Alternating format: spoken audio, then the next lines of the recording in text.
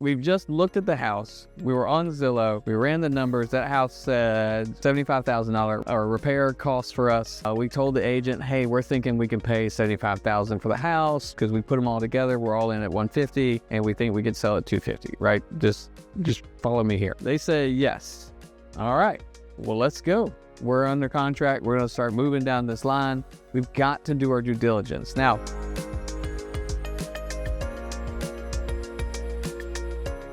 due diligence, when you're under contract, you have 10 days to do due diligence, typically, or 3, whatever you negotiate. That's kind of very specific timeline. That doesn't mean that you have to wait to do your due diligence until you are under contract. There's things that you could already do.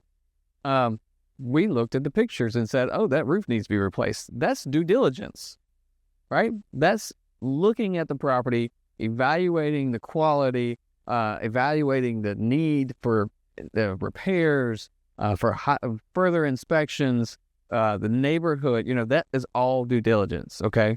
We're not just doing the math and saying, oh, that's our house, let's do it. There's a lot of things that go into these flips, and we got to be prepared to investigate and, sometimes pivot and change and make decisions from that, okay? So, of course, inside, outside, painting, we know all this already, right? So this stuff is there. We already know it. Let's put it in the budget. Let's build it, okay? We're going down this road. Is the kitchen a full reno or just needs update? HVAC, we're going to keep it. Does it work? Whatever. So here's how we can go through and actually perform all of our due diligence. We have a lot of resources, you guys. I don't know if you actually realize how much you have at your fingertips, especially just right here in your phone, how much work you can do for your business to buy this property and to make good decisions. Unfortunately, there's a lot of people that don't use the tools at their fingertips to make good decisions. We can show you one of those today. There's a couple on the MLS right now where someone had bought them and they are now for sale because that person, I'm assuming they just didn't use their tools and they made bad decisions. Okay. Do I? Deceit. Yeah. Yep. That's what I was thinking of. So, Google the address. Why we're going to do that? Who just said somebody was shot in the front yard of one of the houses, right? If you Google the address, you'll find out if somebody was shot in the front yard, or at least you'll find out if something's happening, right? If there's knock on wood, a drug house or something. Those things will come up in just a Google search. Make it part of the process. Just type it in Google.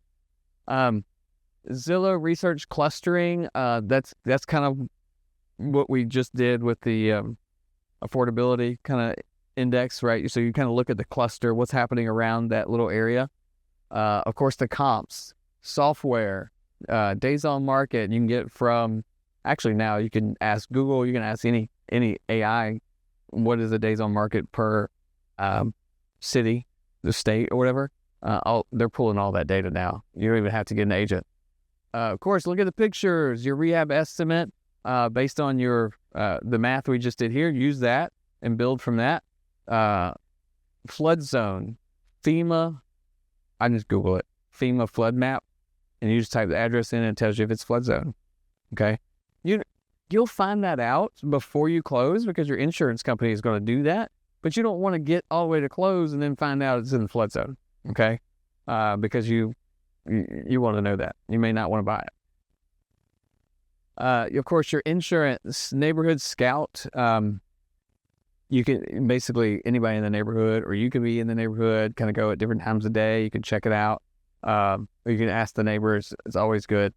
You can go to the is it neighborhood or neighbors app? One of those neighbors, neighborhood, yeah. Or your Ring camera. Ring camera has a neighborhood app. You could look next door. That's what I'm thinking. So you can go and look and see what's happening in that neighborhood, right? Especially if you're just getting started in a new neighborhood, new area, or you're doing these outside of where you live. this is really helpful. Hey guys, real quick, it's Andrew, and thanks for listening.